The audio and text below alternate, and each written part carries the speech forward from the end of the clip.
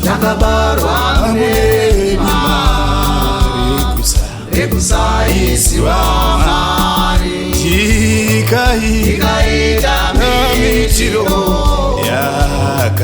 yakashata zviro kwazvo, asi kwakauya umwe nemazoko akanaka, kuti Jesu akafira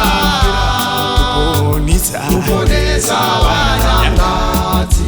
Zvino moyo unofara, ndaponeswa misi yese, nzira dzangu dzondoita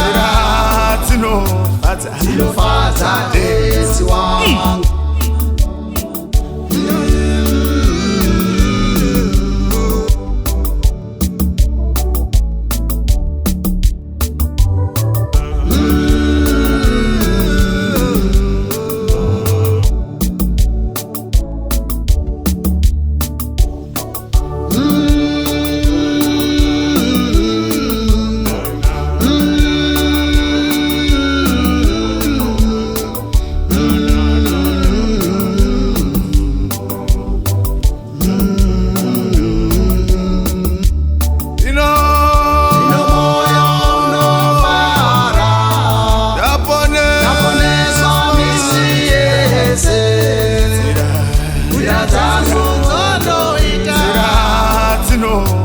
Dzinofadza Tenzi wangu, ndinochema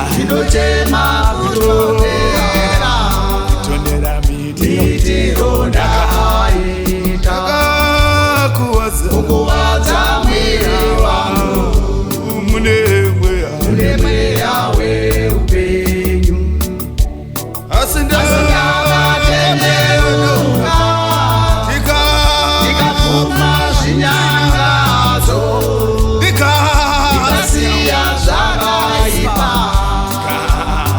ndikateerera Jesu. Zvino moyo unofara, ndaponeswa misi yese, nzira dzangu dzondoita dzinofadza Tenzi wangu.